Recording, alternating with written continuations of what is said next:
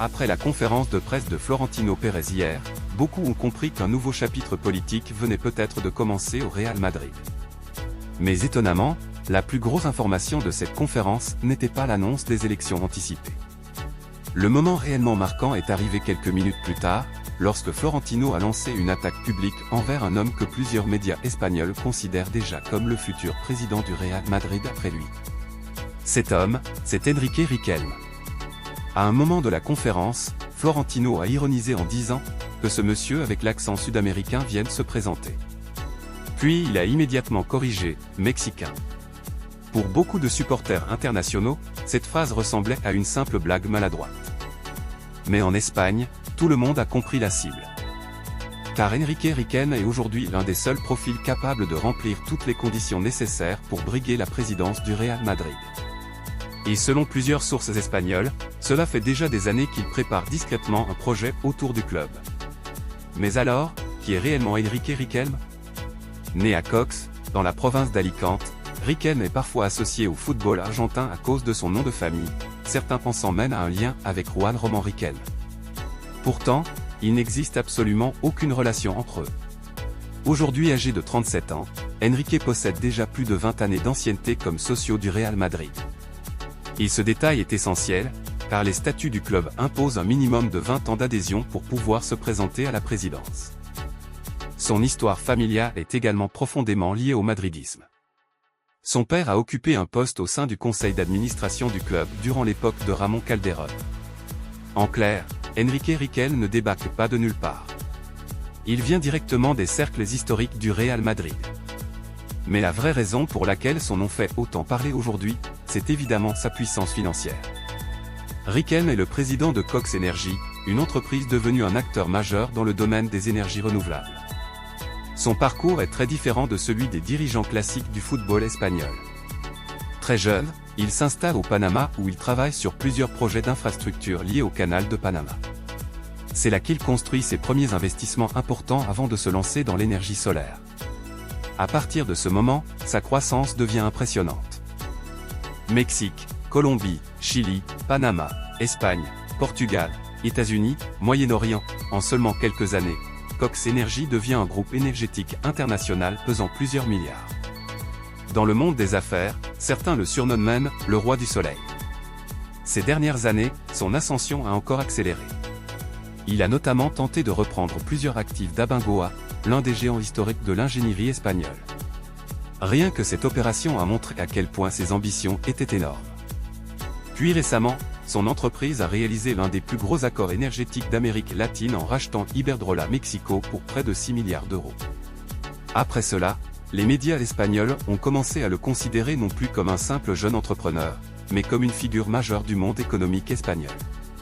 Et c'est précisément ce qui rend sa possible candidature si sérieuse. Car devenir président du Real Madrid est presque impossible. Les règles du club obligent chaque candidat à garantir personnellement environ 15% du budget annuel du Real Madrid. Aujourd'hui, cela représente près de 150 millions d'euros. Pendant des années, ce système a pratiquement empêché toute opposition sérieuse à Florentino Pérez. La popularité ne suffit pas. Il faut une immense fortune, des soutiens bancaires solides et des garanties financières extrêmement importantes. Et c'est là qu'Enrique Riquelme devient un personnage dangereux politiquement. Selon plusieurs médias comme El Confidencial, il aurait déjà commencé des discussions avec de grandes institutions financières comme Goldman Sachs, Santander, Barclays, Deutsche Bank ou encore BBVA afin de préparer les garanties nécessaires à une campagne présidentielle.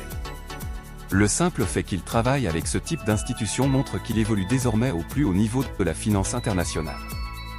Toujours selon la presse espagnole, il disposerait déjà des fameux 150 millions nécessaires pour se lancer. Mais ce qui est fascinant, c'est que ce projet ne date pas d'hier. Dès 2021, Riquelme évoquait déjà publiquement son envie de présider un jour le Real Madrid. Dans une interview accordée à El Confidencial, il déclarait même « Tôt ou tard, je tenterai ma chance ». Sa vision était claire, transformer le Real Madrid en une organisation encore plus moderne, plus internationale et plus professionnelle. Selon lui, être un club mondial ne consiste pas uniquement à faire des tournées aux États-Unis. Il défend une gestion plus proche des grandes entreprises internationales avec une stratégie moderne autour du divertissement, du branding et de la gouvernance. Aujourd'hui, plusieurs journalistes affirment qu'ils travaillent discrètement sur ce projet depuis près de 5 ans. Et honnêtement, vu les événements récents, cela semble désormais totalement crédible. Autour de lui, un véritable réseau commence également à se former. Selon plusieurs médias espagnols, Iker Casillas ferait déjà partie de ses soutiens. Lors de son anniversaire cette année, plusieurs personnalités proches du Real étaient présentes, Sergio Ramos, Miguel Torres ou encore Fernando Sanz, fils de l'ancien président Lorenzo Sanz. Mais ce n'est pas tout. La presse espagnole affirme également qu'il entretient des liens importants avec José Ignacio Sánchez Galán, président d'Iberdrola. Et surtout, un autre nom attire énormément l'attention, Miguel Ángel Gilmarín. Miguel Ángel Gilmarín n'est pas simplement un dirigeant de l'Atlético. Il est considéré comme l'un des hommes les plus influents de tout le football espagnol. Très connecté au monde politique, économique et aux structures de la Liga, Gilmarín possède un poids énorme en Espagne. Et si Enrique Riquelme développe réellement une relation avec lui, alors ce projet dépasse largement la simple candidature d'un homme d'affaires ambitieux. On parle désormais d'un véritable réseau de pouvoir. C'est aussi pour cela que les propos de Florentino durant la conférence prennent une toute autre dimension. Quand il a évoqué l'Atlético Madrid et ses dirigeants, cela ressemblait moins à une simple pique qu'à un message politique très clair. Comme s'il disait indirectement, « Je sais parfaitement qui travaille avec Riquelme en coulisses ». Après cette conférence, la situation aurait même accéléré. Selon AS, Enrique Riquelme aurait immédiatement pris un avion pour Madrid afin de consulter son entourage et analyser sérieusement la possibilité d'une candidature. Mais le principal problème reste le timing. Les élections annoncées par Florentino laissent seulement quelques jours pour construire un conseil d'administration, préparer les documents officiels et finaliser les garanties bancaires. C'est pourquoi certains proches lui conseilleraient d'attendre encore avant de se lancer officiellement. Car malgré tout, Florentino Pérez reste extrêmement populaire auprès des socios du club. Mais une chose est déjà certaine. Pour la première fois depuis très longtemps, un profil disposant de l'argent, du réseau, des soutiens politiques et des connexions dans le football apparaît comme une véritable alternative crédible au pouvoir actuel. Et un autre élément rend cette histoire encore plus fascinante. Le 28 avril dernier, plusieurs médias madrilènes ont révélé une rencontre entre Raúl González, Miguel Ángel Gilmarín et Enrique Riquelme. Depuis, une théorie devient de plus en plus populaire à Madrid, Raúl pourrait devenir l'entraîneur principal du projet Riquelme. Et honnêtement, cela aurait énormément de sens. Car Raúl représente bien plus qu'une simple légende du club. Pour beaucoup de madridistas, il symbolise l'identité du Real Madrid, la culture de la Fabrica et une vision différente de l'ère Florentino. Cela expliquerait aussi pourquoi, malgré plusieurs opportunités, Raúl n'a toujours pas accepté de poste majeur ailleurs. De nombreux journalistes d'Espagnol pensent désormais qu'il attend simplement de voir comment évolue la situation politique autour du Real Madrid. Si Riquelme lance réellement un projet sérieux, Raúl pourrait devenir le visage sportif de cette nouvelle ère. Autre détail intéressant, en 2021, Enrique Riquelme expliquait admirer le modèle de Jürgen Klopp sur le plan du management et de la structure sportive. À l'époque, cela renforçait l'idée d'un projet inspiré du football moderne anglais et des grands modèles européens. Mais aujourd'hui, avec l'arrivée de Klopp dans l'univers Red Bull, cette piste paraît beaucoup moins probable, ce qui rend l'option Raúl encore plus crédible.